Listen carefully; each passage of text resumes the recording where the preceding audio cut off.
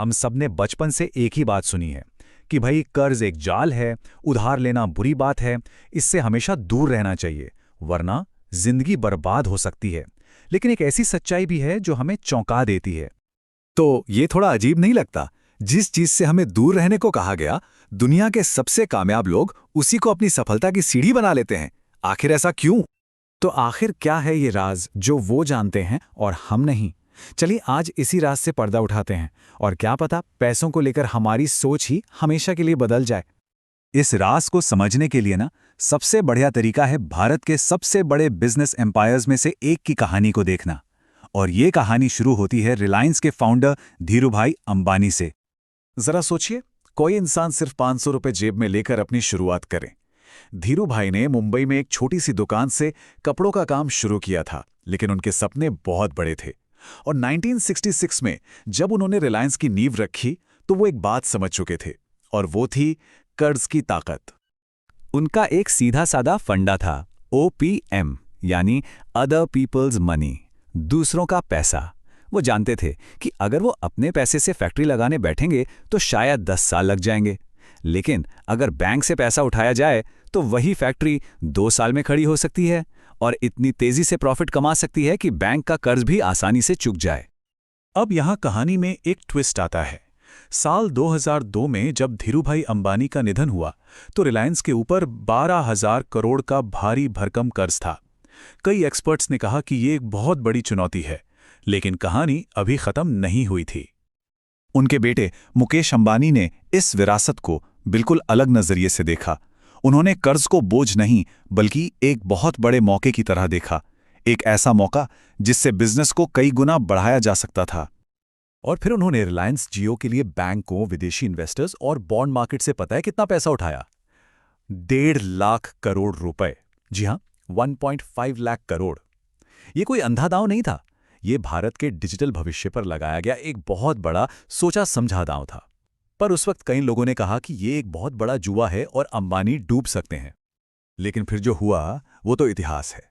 जियो ने अपनी free service से सिर्फ 6 महीने के अंदर 10 करोड़ कस्टमर्स जोड़ लिए, और आज ये आंकड़ा 45 करोड़ के भी पार है। कर्ज पर खिला गया वो दांव एक जबरदस्त कामयाबी में बदल गया।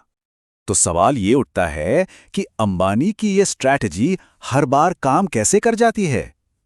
इसकी वजह है एक बहुत ही बुनियादी नियम जिसे वो समझते हैं कि हर तरह का कर्ज एक जैसा नहीं होता। चलिए अब इसी फर्क को समझते हैं। देखिए, अमीर लोग अच्छे कर्ज और बुरे कर्ज के बीच का फर्क बहुत अच्छे से जानते हैं। अच्छा कर्ज वो है जिससे कोई ऐसी चीज खरीदी जाए जो या तो पैसा कमा कर दे या जिसकी कीमत वक्त के साथ बढ़े, जैसे कोई बिजनेस, कोई प्रॉपर्टी। और बुरा कर्ज वो होता है जिससे ऐसी चीजें खरीदी जाएं जिनकी कीमत समय के साथ घटती ही जाती है। चलिए एक आसान सा उदाहरण लेते हैं। मान लीजिए 10 लाख की कार लोन पर खरीदी। अब 5 साल में ब्याज के साथ लगभग 13 लाख रुपए चुकाए, लेकिन 5 साल बाद उस कार की कीमत कितनी रह गई? मुश्किल से 4.5 लाख। तो मतलब सीधा सीधा 8.5 लाख रुपए का नुकसान। यह है बुरा कर्ज। अब इसका दूसरा पहलू देखते हैं, अच्छा कर्ज। मान लीजिए 30 लाख का एक फ्लैट लोन पर लिया और उसे किराए पर चढ़ा दिया। अब जो किराया आ रहा है उससे EMI का एक बड़ा हिस्सा निकल जाता है। 20 साल बाद लोन खत्म और उस प्रॉपर्टी की कीमत बढ़कर 80 लाख या उससे भी कहीं ज्यादा हो चुकी है। यह है एक ऐसी संपत्ति जो लगातार पैसा भी दे रही है और अपनी कीमत भी बढ़ा रही है। तो ठीक है, थ्योरी तो समझ आ गई, पर सवाल यह है कि इन बातों को अपनी जिंदगी में कैसे उतारें। चलिए अब कुछ प्रैक्टिकल नियमों की बात करते हैं जो कर्ज को हमारे लिए भी एक ताकतवर हथियार बना सकते हैं। यहां 5 गोल्डन रूल्स हैं। पहला, अपनी सोच बदलिए।